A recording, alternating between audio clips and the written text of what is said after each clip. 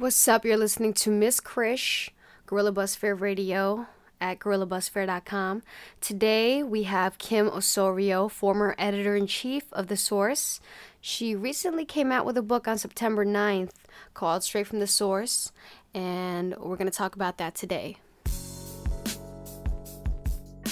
Last night, I went on NotRight.com and Benzino responded to a question about your book coming out, and his response was that he gave you an incredible opportunity, and like you said, he brings up the amount of money that you made, and that he gave you a chance to really be the first female editor of The Source, and you kind of threw it in his face, which, if they didn't really read the book, it sounds pretty reasonable, but coming from your perspective, what is your response on him saying he put you on and this is what you did to him, basically?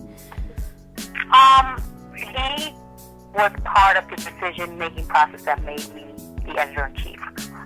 Everyone knows that, As far as putting me on, I put myself on, and there are a lot of people who along the way helped me get to position.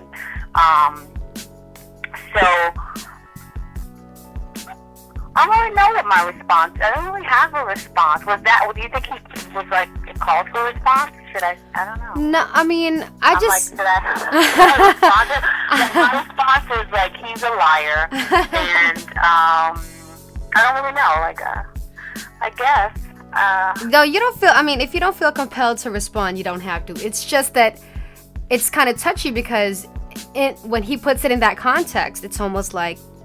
It seems like you're ungrateful, but if somebody had read your side of the story, you definitely put yourself on. You go through the history of how you climbed the ranks, and it's unfortunate that these people that would listen to that response and not know the whole story would think that that. So I guess the reason why I said I didn't have I guess the reason why I was like I don't really have a response because I didn't think people gave him as much credit as to actually take what he said and give him any sort of the benefit of the doubt. Like maybe I just talk to people who all hate him. I'm like, do I just talk to does my crew of people that I deal with, does everyone hate? A lot of people don't like him. So when you hear him talking about things, like in that interview, he was talking about my case, and then at the end of his interview, right, he asked the woman, did you listen to Yes, it? Yeah, I asked him if he kind of came on to her, right, a little, or he... Yeah, an interview. What the hell are you doing? This is exactly what I'm talking about. Now, I'm not talking about if he meets a girl in a club, right, and he comes on to that girl in a club, and it's, you're doing an interview, and that's disgusting. So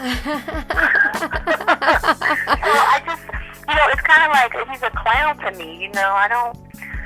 What should my response be? I don't know. No. No. That says it all. I mean, I'll respond to his she'll never make as much money. Yeah. As that's ridiculous, really. That's ridiculous. You know what? The first year after I left The Source, I didn't make a lot of money because I didn't have a job for 8 months. And it was hard, You have to build yourself up again. But I'm way past, what he paid me. Based off of, and I don't want to put that out there. I hate talking like that, but I listen to that all the time. I was like, that's such foolishness. What did you think people are getting paid these days just because he's not making any money? even though the economy is bad, there are jobs out there and people have opportunities. So, is he kidding? He has got to be kidding me with that. I mean, I have a professional background. I have, degrees and things. He really thinks that, and I joked about it with my someone that used to work there with me because he always used to say that in the office, we'll never get an opportunity like the one you got at the store. And no, you really are delusional. I mean, I don't think in that interview, from what I heard, she took him too seriously. She was kind of brushing him off. But it's really important to have these answers out because stuff goes on the internet so quickly, and people people want you to respond. I want you to respond to a couple more things before I let you go. I know that you're busy.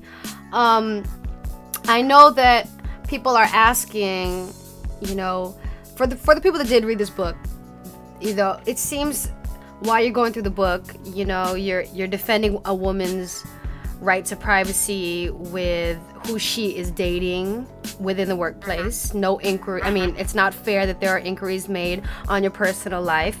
But then those same people who probably are really quick to judge as well are like, then why did you go ahead and name names, and why did you go ahead and you know, they think that it's contradictory. They think that you want to keep your privacy, but then again you want to sit here and name 50 or Nas or whoever, and it could be really explosive. Do you think that you named names and told that story because you had already been thrown under the bus from those people? You know what? All of that stuff was stuff that came out at my trial. So, yeah, that was stuff that, and some of it intentionally. Some people were put on the witness stand, even though that you can never talk about a woman's past, her sexual history, and a sexual harassment case, right? You can't bring that stuff up. It's just like if a woman gets raped, like, and she sues somebody, or in a rape trial, you can't bring up that woman's, you know, you can't justify that by saying, oh, well, you know, this woman had sex with, you know, this amount of people or whatever. You can't do that, right? But people were put on the stand to put my personal life out there. Even before my attorney was allowed, like even before we could jump up and say objection, like they put that stuff in the trial. So when I decided to name names, I did it because it was a part of my story. And those relationships with those people were very important to my story because they were the reasons why a lot of the things had happened at the magazine. And to me, it almost was like I never thought of it like as I was putting it out there for the first time. Do you know what I mean? I could have decided to tell my story and just blank out the names, but at the end of the day, you wouldn't know who they was. Like you know, I'm not going to be able to say at a certain artist who happened to, you're going to know who it is. So I didn't want to play that game. Like in reading books where I saw people, you know, being ambiguous or, you know, not naming. I didn't want to do that. Like I wanted to tell this story, and it had to be told by coming clean about certain things. With that being said, you know, if you read the book, you'll see how those relationships were kind of put on blast while I was at the source by people. You know, whether it was on the radio or whether it was to their manager, you know, who happened to be having dinner, you know, with my bosses, like whatever the case may be, they put me in a very awkward position. And that was what happened at the magazine. And that's what caused them to take certain, to say certain things within the office. And it's all part of the story. And if you read the book, it's very clear and you understand it. But if you don't read the book, you make assumptions and you're like, oh, well, she's doing this. And I think people who know me, you know, understand. Because they also know that these aren't the only two guys that ever dealt with in the industry. You know what I'm saying? So it's like, you know, why them? No, why them? Because this is part of the story. And outside of saying like you didn't read any like craziness in there. I'm not talking about, you know, like the size of a man's penis. Like I would never do that. Yeah. But you know, it gets lumped into that just because I'm able to say, well, this is who, you know, I dealt with, or this was, you know, what it was. I think that people automatically judge you based off of the fact that you're able to talk about, like you're comfortable with talking about things. Like I've never felt the need to, you know, be shameful about anything that I've done.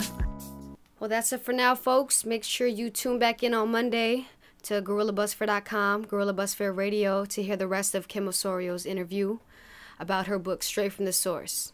All right, peace.